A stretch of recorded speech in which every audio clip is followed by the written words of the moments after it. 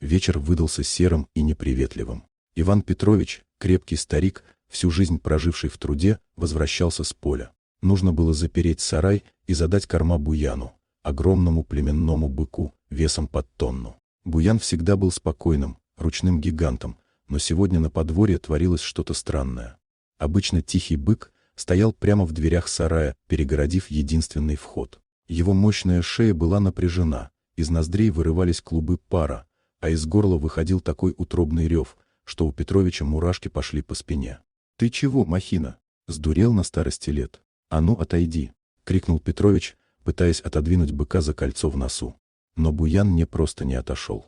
Он сделал шаг вперед, сильно боднув хозяина в грудь, буквально выталкивая его с порога на грязный двор. Секунда до греха. Петрович упал, больно ударившись о телегу. Гнев мгновенно застлал глаза. 40 лет он растил скотину, и чтобы вот так собственное животное на него кинулось. «Ах ты, мясо бестолковое!» Взбесился все-таки, прорычал старик. Он вскочил на ноги и схватил стоявшие у стены тяжелые навозные вилы.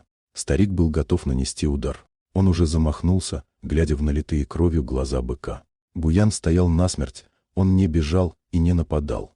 Он просто закрывал собой проем, низко опустив рога, словно приготовился к схватке с невидимым врагом. В этот момент Петрович заметил странное. Буян смотрел не на него. Его взгляд был направлен куда-то за спину хозяина, на стену дома, примыкающую к сараю.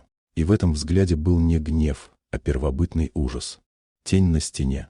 Петрович замер. Медленно, боясь дышать, он обернулся. В сумерках, по бревенчатой стене, прямо над дверным проемом, плавно и бесшумно скользила огромная серая тень. Это была рысь, но не обычная лесная кошка, а истощенный, больной зверь с клочьями выпавшей шерсти и бешено вращающимися глазами. Рысь приготовилась к прыжку. Она сидела на выступе крыши, точно над тем местом, где секунду назад должен был пройти Петрович. Одно движение, и когти хищника вонзились бы в шею старика. Буян видел ее. Он учуял запах болезни и смерти еще до того, как человек подошел к дверям. Бык не бунтовал. Он сделал из себя живой щит, принимая на себя риск, лишь бы не дать хозяину шагнуть в смертельную ловушку. Рысь, поняв, что обнаружена, и испугавшись яростного рева быка, сорвалась со стены и в 2 прыжка скрылась в темном лесу. Молчаливая благодарность. Вилы выпали из рук Петровича. Он стоял, тяжело дыша, чувствуя, как холодный пот стекает по спине. Бык тяжело вздохнул, его мышцы обмякли. Он подошел к онемевшему хозяину и осторожно, почти виновато, ткнулся влажным носом в его плечо. Старик обнял огромную голову зверя, зарывшись лицом в жесткую шерсть.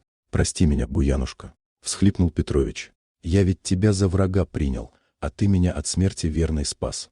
В ту ночь старик долго не мог уснуть. Он сидел в сарае на сене, рядом с мирно жующим быком, и думал, как часто мы, люди, принимаем заботу за агрессию, а преданность — за бунт. И как важно порой просто остановиться и посмотреть, что же на самом деле происходит за твоей спиной, прежде чем поднимать руку на того, кто готов за тебя умереть. Дорогие друзья, если вам понравилось видео, поставьте лайк, а также подписывайтесь на канал, где наши авторские истории выходят каждый день.